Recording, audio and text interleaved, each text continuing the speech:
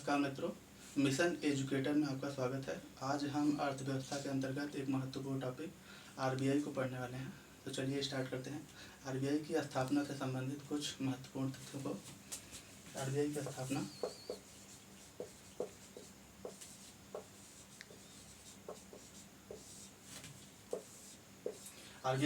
से संबंधित जो सबसे महत्वपूर्ण कमेटी है वो है हिल्टन यंग कमेटी।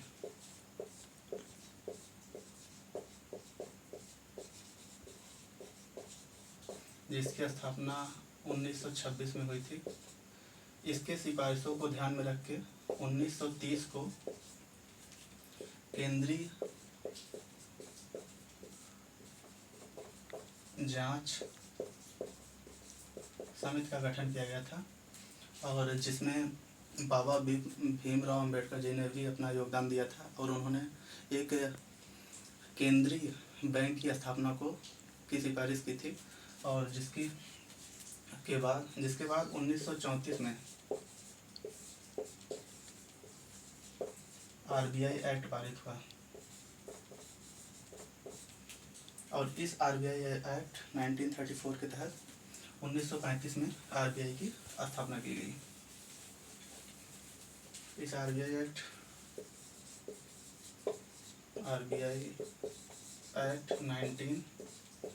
1934 के तहत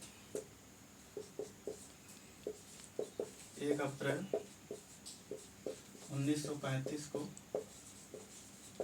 आरबीआई का गठन किया गया। जब ये गठित हुआ तो यह एक पूर्णतः प्राइवेट संस्था थी, एक पूर्णतः प्राइवेट बैंक था।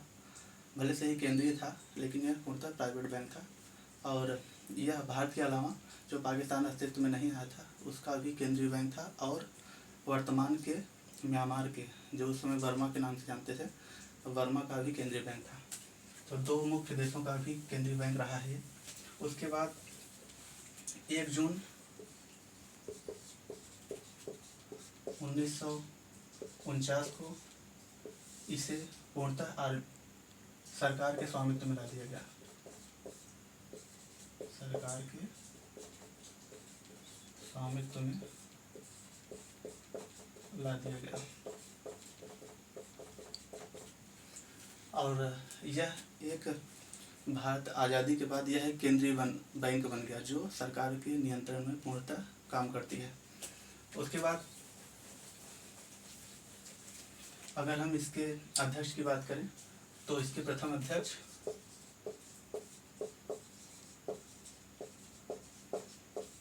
या गवर्नर A.O. स्मिथ थे। उसके बाद भारत की आज़ादी के बाद C.D. देशमुख इसके गवर्नर हुए।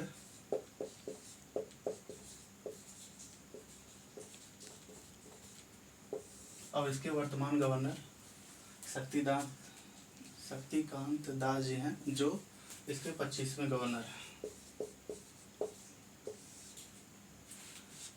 जो आरबीआई केंद्रीय बैंक जो है इसके गवर्नर का कार्यकाल सामान्यतः तो 5 वर्ष का होता है, लेकिन एक प्रचलन के तरीके से इसे 3 वर्ष निर्धारित कर दिया गया है सरकार द्वारा और यह इस समय 3 वर्ष के लिए गठित किए जाते हैं और 3 वर्ष इनका कार्यकाल होता है। चलिए किसी आरबीआई के बारे में कुछ अन्य तथ्यों को ध्यान में देते हैं। जैसे किसी भी देश का केंद्रीय नीति या सरकार को या केंद्रीय बैंक या देश को चलाने के लिए 2 आर्थिक नीतियाँ बनानी पड़ती हैं, जिसमें से एक मौद्रिक नीति है, इसे मॉनेटरी पॉलिसी बोलते हैं,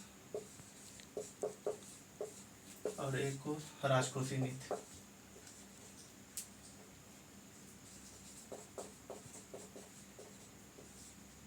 फिस्कल पॉलिसी बोला जाता है।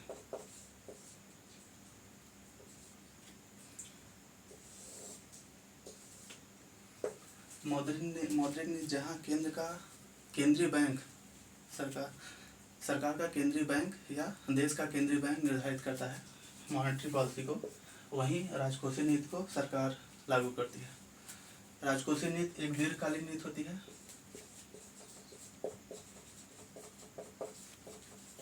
जबकि मौद्रिक नीति एक अल्पकालिक नीति होती है।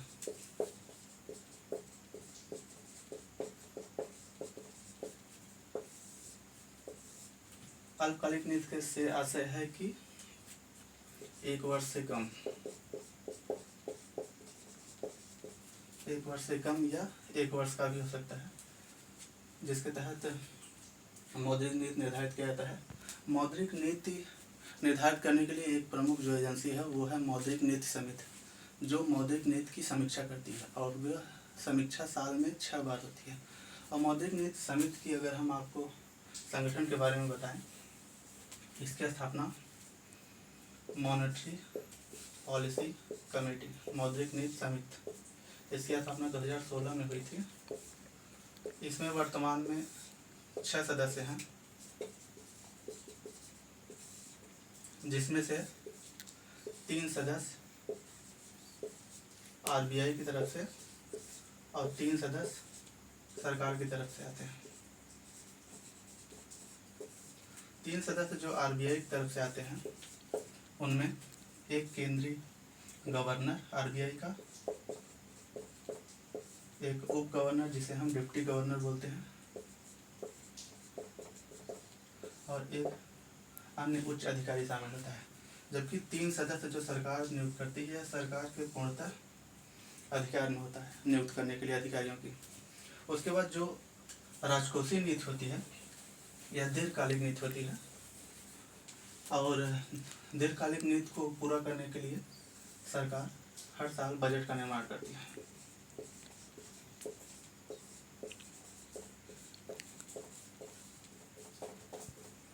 हर साल बजट का निर्माण सरकार जो है राजकोषीय नीति को पूरा करने के लिए करती है। और मौद्रिक नीति का निर्धारण तो मौद्रिक नीति समिति होता है, और मौद्रिक नीति समिति भारत में राजकोषीय या मौद्रिक सुदृढ़ीकरण और पारदर्शिता लाने के लिए गठित की गई थी 2016 में मौद्रिक नीति समिति। और इसके लिए सबसे बड़ी बात यह है कि मौद्रिक नीति समिति जब समीक्षा करती है तो यह ब्याज दर का निर्धारण करती है।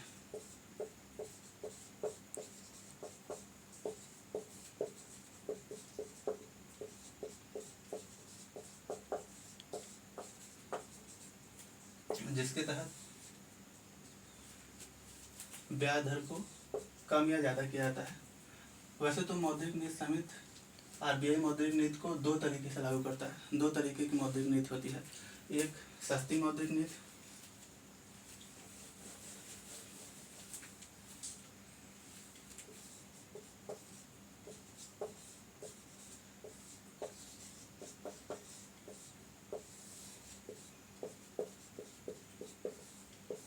और दूसरा होती है महंगी मौद्रिक नीति।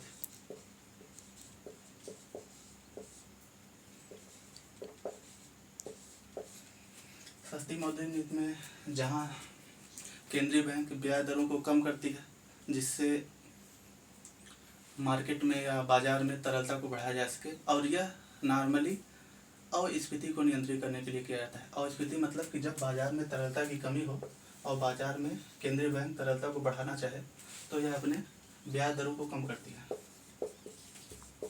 ब्याज दरों को कम करना। वहीं महंगी मौद्रिक नीति के तहत आरबीआई ब्याज दरों में वृद्धि करती है, जिसका मुख्य उद्देश्य मुद्रास्फीति को नियंत्रित करना होता है।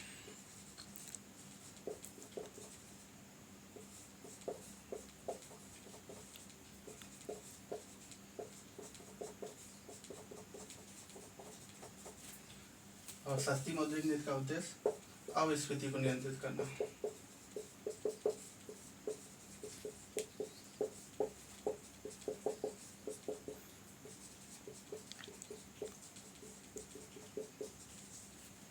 होता है। तो मौद्रिक नीति की यही 2 कार्य हैं, एक सस्ती मौद्रिक नीति और एक महंगी मौद्रिक नीति। फिलहाल तो यही देखेंगे, और मौद्रिक नीति के मुख्य कार्य हम अगले वीडियो में लेंगे। और तब तक अपना ख्याल रखिए। धन्यवाद।